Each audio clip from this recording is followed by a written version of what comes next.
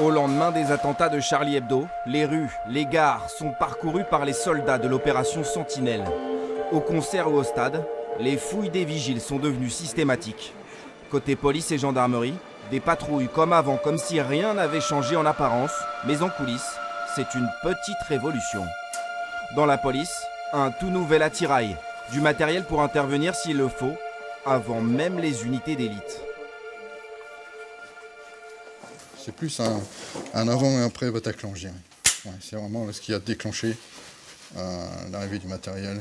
À Amiens, ces policiers ont formé leurs collègues et interviendront en premier en cas d'attaque terroriste. Je ne pense pas que ce soit la fonction du gardien de la paix qui ait changé, c'est les temps qui ont changé. Gardien de la paix en temps de paix, là, je pense qu'on bascule sur un temps de guerre. Donc effectivement, le mot paix prend une autre signification. Être prêt à tuer, c'est un changement complet des mentalités. Comme les assaillants, ces spécialistes repèrent en permanence les lieux sensibles. Quand j'arrive au boulot le matin, je vais passer devant une gare, devant un abribus ou quoi que ce soit. Quand je vois le nombre de personnes qui se trouvent sur place, je me dis là, si je dois intervenir là, qu'est-ce que je fais, quoi. C'est, je pense, une certaine déformation professionnelle, mais... Et à chaque nouvel attentat aussi, vous regardez ce qui s'est passé? Ah bah là, c'est obligé. Parce que, en fait, chaque situation est différente. On essaye toujours forcément avec un temps de retard, étant donné que c'est l'actualité qui nous donne les choses. On essaie toujours de s'adapter et à travers ça, de s'améliorer, quoi. Lieux publics, écoles. Depuis 3 ans, la police collecte les plans de ces endroits stratégiques. Anticiper pour éviter le pire, c'est aussi le rôle des préfectures. Chaque semaine, tous les préfets de France, comme ici dans la Somme, réunissent leur état-major. Pompiers, forces de l'ordre et renseignements intérieurs que nous ne pourrons pas montrer. Le préfet ne donnera aucun chiffre, mais entre 50 et 100 personnes seraient signalées comme radicalisées dans son département.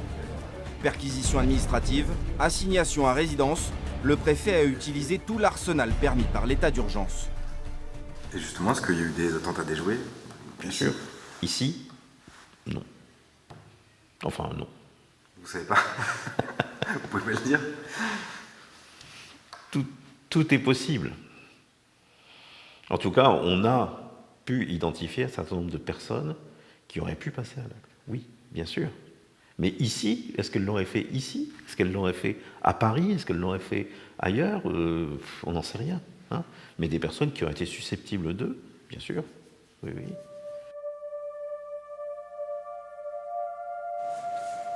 L'attentat au Bataclan aura mis en lumière des failles, notamment de coordination entre forces d'intervention et secours. Aujourd'hui, exercice commun, pompiers et gendarmes. En cas d'attentat, les pompiers ne peuvent intervenir qu'une fois les lieux sécurisés et sous protection armée. Est-ce qu'on est en guerre? Nous ne sommes pas en guerre au sens propre. Par contre, nous faisons tout pour nous assurer d'être en mesure de pouvoir intervenir face à un acte terroriste. Donc effectivement, nous sommes en guerre contre le terrorisme. Avec des blessures ou des configurations de guerre presque? Ça peut être effectivement des blessures, des configurations avec des balles utilisées comme en configuration de guerre. Et donc c'est pour ça que vous voyez derrière un cours de secourisme d'urgence. Des pompiers qui apprennent aux gendarmes à soigner au plus vite. Des gendarmes qui forment les secouristes. Ça n'a l'air de rien, mais mettre un gilet pare-balles pour un pompier, c'est tout sauf évident. Donc ce gilet-là, il pèse 13 kg. 4 plaques, une devant, une derrière et des plaques additionnelles sur les côtés. En cas d'attaque, les premières minutes sont décisives. Plus le temps d'attendre le RAID ou le GIGN. Chaque département a aujourd'hui une unité équipée spécialement. Dans la gendarmerie, c'est ce qu'on appelle les forces sabres. On va se retrouver tout ce qui est les protections balistiques, les gilets pare-balles, le bouclier balistique et les fusils d'assaut qui vont être sortis après. Ça, c'est pas des choses qu'ils utilisent tous les jours, donc... Non, c'est pas des choses non, on s'en utilise pas tous les jours. On essaie de s'entraîner tous les jours avec, mais on le sort pas tous les jours. Tant que la menace sera là, les services vont répéter ces exercices avec leurs nouvelles armes et de nouvelles méthodes, tout en espérant qu'ils n'aient jamais besoin de s'en servir.